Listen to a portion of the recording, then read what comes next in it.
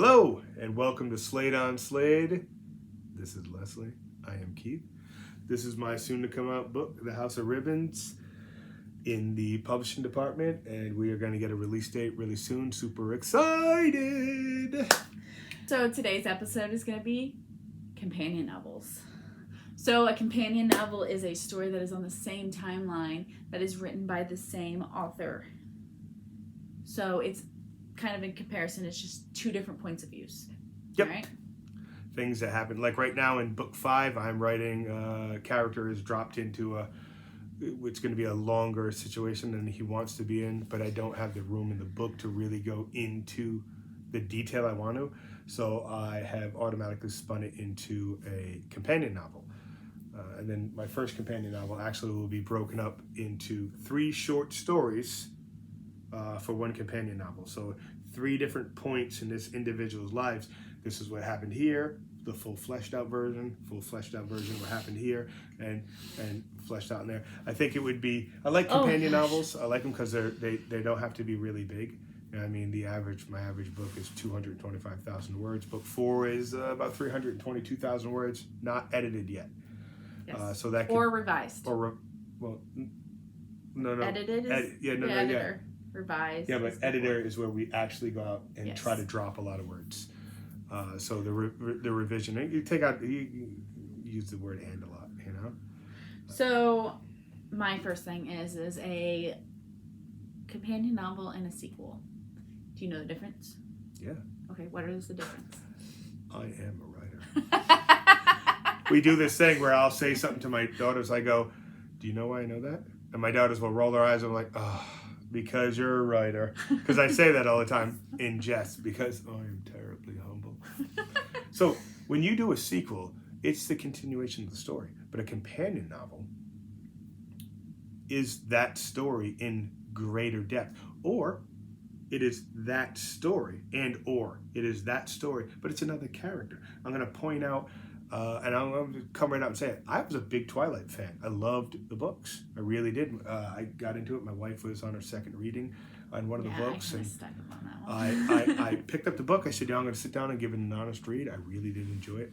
But one of the books I really loved was The Short Life of Bree Tanner. That is a companion novel. Because of a companion novel, but it was the way it was written. It was such a small, self-contained story. It was so good. And it was just about a very, very small character. And you already know how it's going to play out for her before the book before you would crack that. It's small enough to be called a novella. Before you crack it up, you already know the fate of this young lady, but you don't know all the little details. And you don't know how she got to that. Yeah. And from that, I went out and sought out a few more companion novels to other books. And I really enjoy that. I enjoy that. It's just you get this one character, and he or she gets a walk-on role, and you're like, oh, I'd like to see more. The next thing you know, you got a book about that person and the adventures they go on. Or just, I say adventures, and when I say that to people, you as the reader, whom I don't know, some of you I know, but whom I don't know, since the moment you woke up today, the day you're watching this video, whether it's the day I publish it or 10 years from now, you went on adventures which would be categorized as interesting to anybody else, even if it's humdrum to you. Let's say you get a guy who's a quadriplegic, can't leave his bed. He'll listen to you go talk about going shopping. So therefore your life in itself is an adventure, ups, downs, the whole 9 yards. So your life in an overall arc is a book. But how many companion novels can you write from those who drop in and out of your life? And that is one of those concepts, when you wrap your head around, can expand, I believe, you as a writer, because you got to think bigger. These characters, the clerk at the store, who's a character in your book, has their own life. They live, they breathe somewhere.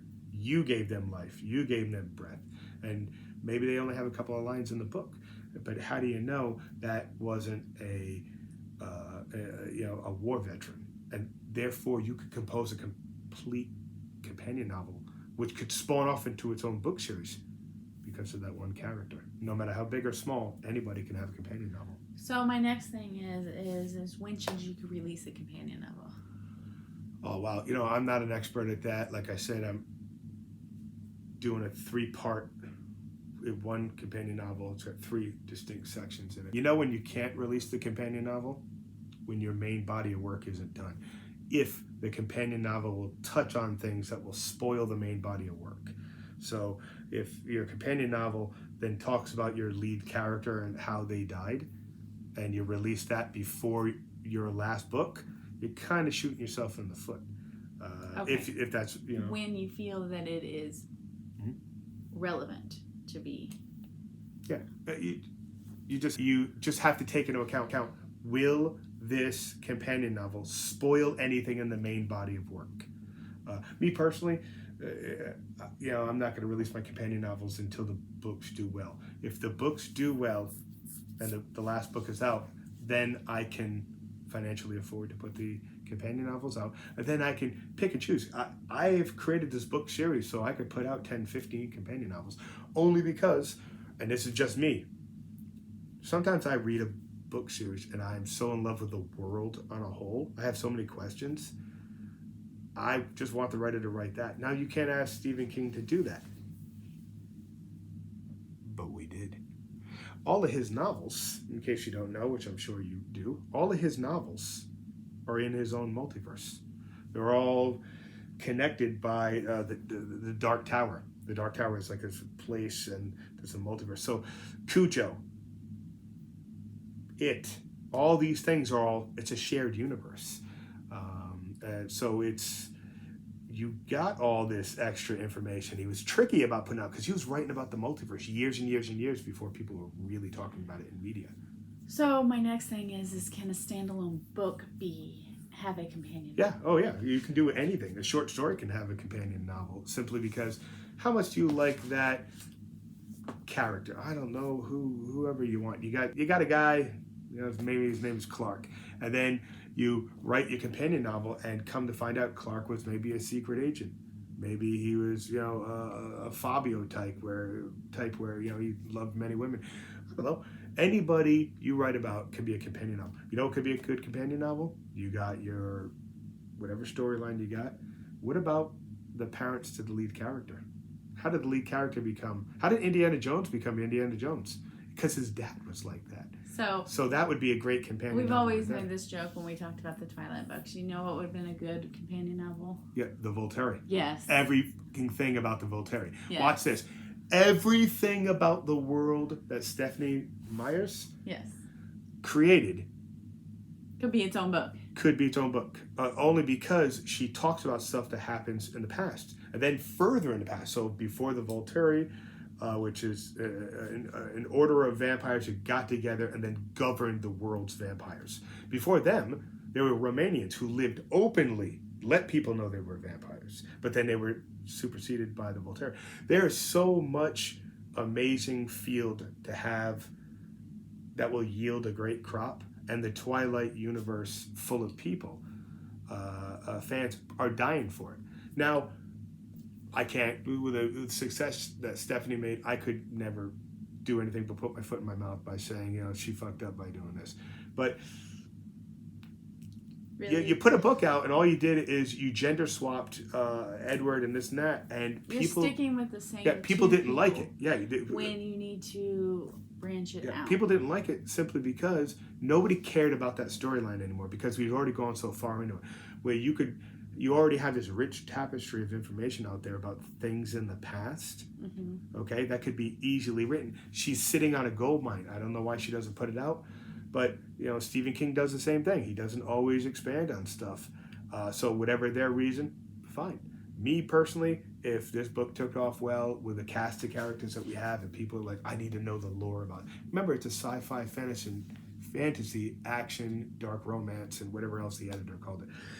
So I got a good base of 100 characters you're going to get to know real well. So the next thing that I want to talk about is tips for writing. You're not going to get to know them well now because my wife cut me off.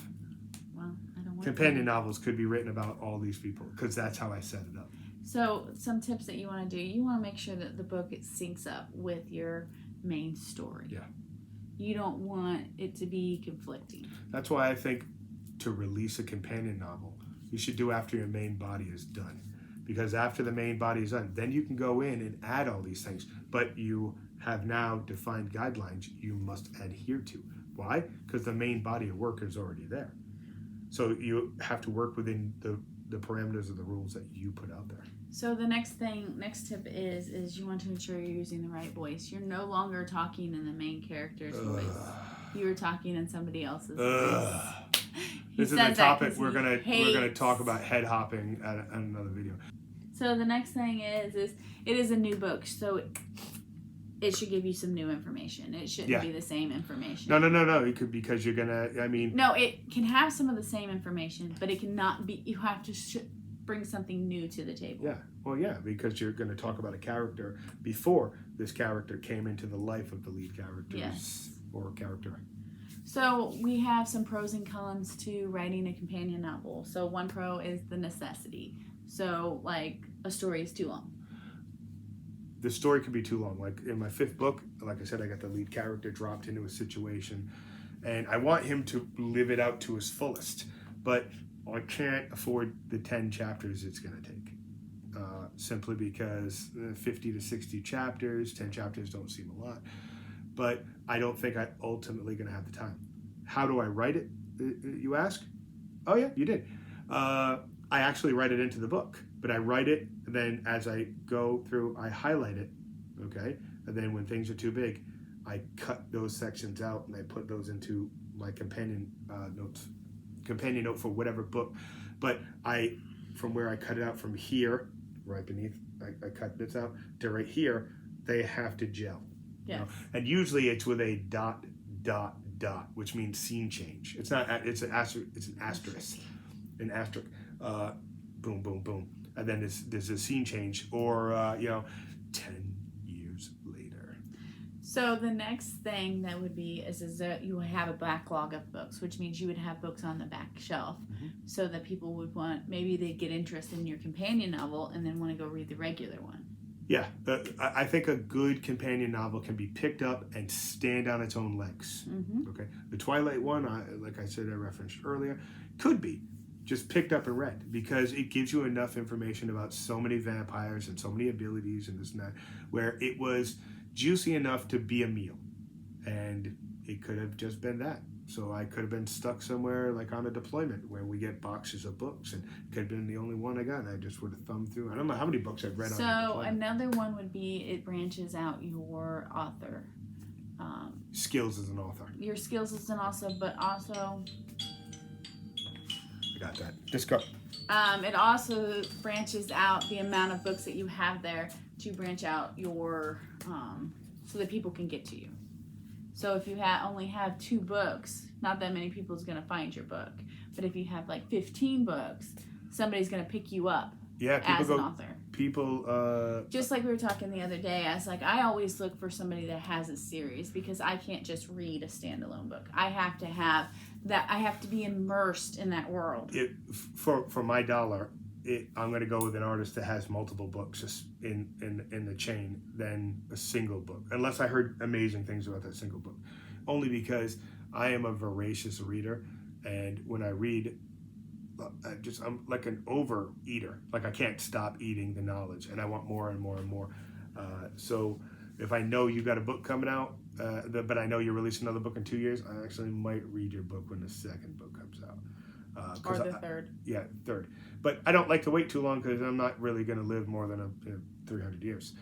So, but yeah, if I see that there's an artist out there and he's got 5 books, I'm more likely to invest in that first book, because then I'm like, hey, bingo bango. And then the next one is the appreciation. So your fans want the books. Yep. If there's a demand, if you and the fan say, hey man, I really like the House of Ribbons, it was really, really good, and next thing you know, the YouTube is blowing up, and the Facebook and Twitter and all the digital platforms blowing up, which, like I said, she controls almost all of it because I do the writing. If the demand is there, if all 5 books are done, and the demand was there, they're like, listen, we need a little more, I would write that book, simply because I really enjoy the world that I'm writing in. I have a big cast of characters because, like I said, I wanted to be able to add to it. I wanted to take what Stephanie Myers had done, and if people asked, I wanted to be able to expand on my world and my universe, and that's how I wrote it. And that's what I'm hoping. If people are not really into it, well, the publication sales will show me that. So the cons would be repetition. So it's just the same. Yeah, it can't be boring. But see, I don't then see you how. also have beating a dead horse, so you can't keep punching that bag if it's not there. Me personally, I don't see how that could happen because you're telling the story. It can't be from a slightly different point of view. So it's got to be like if you did, let's just say, like the old crime romance novels were really good back in the day. So, but your companion novel could be not the same novel, but the same storyline from that novel written by the bad guy. And then he sees everything, and you're not really beating the dead horse. You already know. What I was actually saying was like if that detective had like Sherlock Holmes, you don't want Sherlock Holmes's and then Watson's, who's right next to Sherlock Holmes. Yeah, because they're telling the same story. Their story would be parallel. You would tell it from Moriarty. Moriarty is the bad guy. So when you could write the book twice, but the book would go like this. Yes. Okay, it would still end up at the same exact point, but you're seeing two sides of the coin. That's what I mean when I mean beating a dead horse. So my last question for you before we end this video is do you have to write a companion novel? No. If there's not a story there? Sometimes it's not a story. Sometimes your story is one and done. Sometimes, and I've heard this from other writers, sometimes you're tapped. I don't believe us as the writers are really writing the story. I think we channel it. I think the multiverse is 100% real. Scientists are getting closer and closer to prove it every day. I think we are channeling these adventures, these love stories, these whatever story that you're writing. I think you're channeling it. And a lot of people are their own avatars in the book, which I love that. I love reading somebody who just dropped themselves into their own book. I love that. It's not narcissistic. Who doesn't have a fantasy adventure rolled up in their head? But I think you can become tapped. So you harness what the universe gives you. And hopefully the planet you live on, hopefully we're watching on the same planet, hopefully you get, I honestly hope that everybody who's watching this who wrote something and published it or about to publish it, I hope you get nothing less than 300,000 individual buyers. Only because TV and movies, they dominate everything, and I'm a book lover. I love reading books. And that is all we have for you tonight. So we will see you next time. Bye. Bye.